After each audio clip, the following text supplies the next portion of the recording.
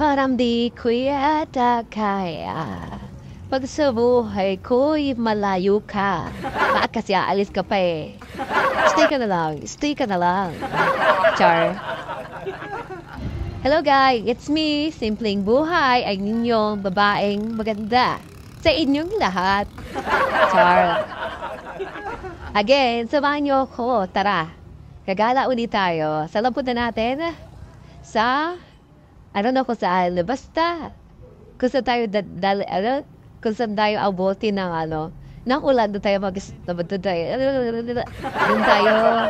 ewan sa'yo, pamampangin ba yun? Tama, pamampangin. So, as you can see, nandito tayo sa may taas ng dibito, dawagin mo, ha? And then, bakit to pakit to.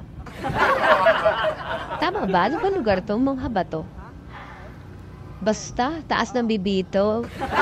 And then, meron dito yung, parang simbahan ng Catholic, yung parang, tawag na sa dulo ng dila ko. Teka, wait na, basahin natin.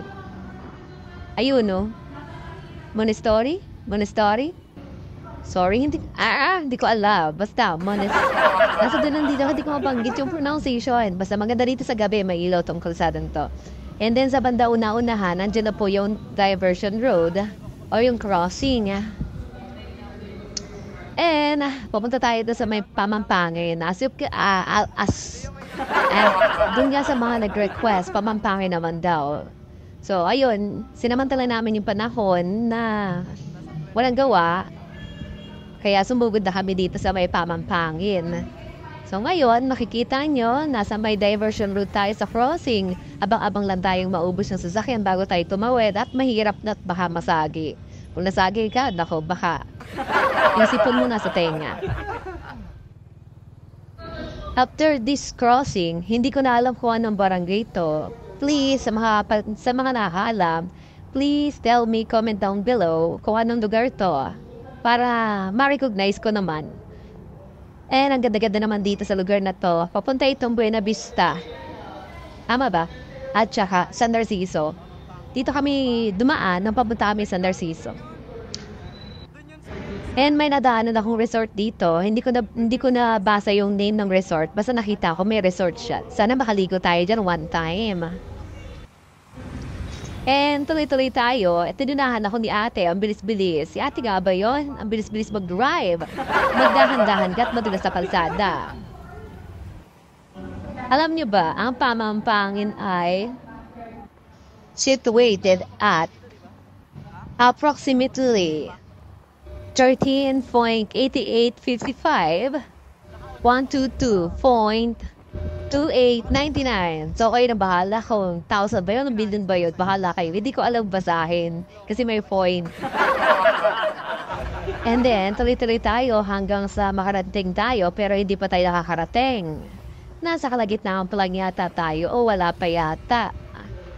Saan ba banda ang pamampangin? Gusto namin magtanong sa mga dinadaanan namin pero nahihiya kami. Baka mamaya sabihin kami ay maniningil ng utang. Kasi mukha kaming maniningil.